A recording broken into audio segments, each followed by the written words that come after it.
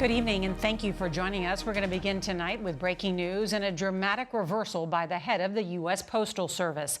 At the same time, President Trump was stepping up his attacks on universal mail-in voting today, falsely suggesting it would lead to a rigged election. His hand-picked Postmaster General announced he would stop cutbacks at post offices nationwide. The decision by Louis DeJoy comes after blistering attacks from Democrats and some Republicans, accusing him of slowing down mail delivery in order to delay millions of mail-in ballots this fall. Today, President Trump said the idea that some states plan to mail ballots to all registered voters could lead to the possibility that there won't be a result in this year's election, leading to a do-over. While the president repeated assaults on voting by mail will no doubt be front and center at the second night of the Democratic National Convention later this evening. And in a surprising twist tonight, the party is also rolling out a video narrated by Cindy McCain, the wife of one-time Republican presidential nominee and Senator John McCain, who died in 2018. Now, sources won't say tonight if Cindy McCain will endorse Joe Biden, but in a portion of the video obtained by CBS News, she talks about her husband's close friendship with him. And as we come on the air tonight, there's growing frustration that warnings about the spread of coronavirus are not being heeded on college campuses. The University of Notre Dame now says it will cancel in-person classes for the next 2 weeks after 80 people there tested positive overnight.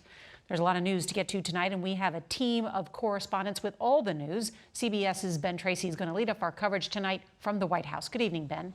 Nora, good evening. So Postmaster General Louis DeJoy was facing bipartisan backlash, and at least 20 state attorney generals are planning to sue the Trump administration, accusing it of trying to disenfranchise voters by making it harder to vote by mail.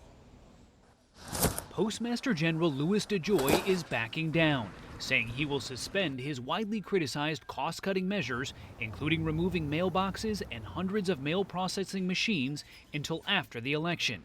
In a statement today, he claims he wants to avoid even the appearance of any impact on election mail. I don't frankly trust the Postmaster General and what he said. Democrats accuse President Trump and DeJoy, a major Trump donor, of trying to undermine mail-in voting, which President Trump thinks favors Democrats. Today, Mr. Trump claimed that voting by mail will be such a disaster, the November election will have to be redone. It'll end up being a rigged election, or they will never come out with an outcome. They'll have to do it again. And nobody wants that, and I don't want that. Shame on him. In events across the country, lawmakers and postal union members accuse the Postmaster General of intentionally slowing down mail delivery by eliminating overtime and removing machinery. They got caught red-handed, but they need to reverse the measures that they've already put in place.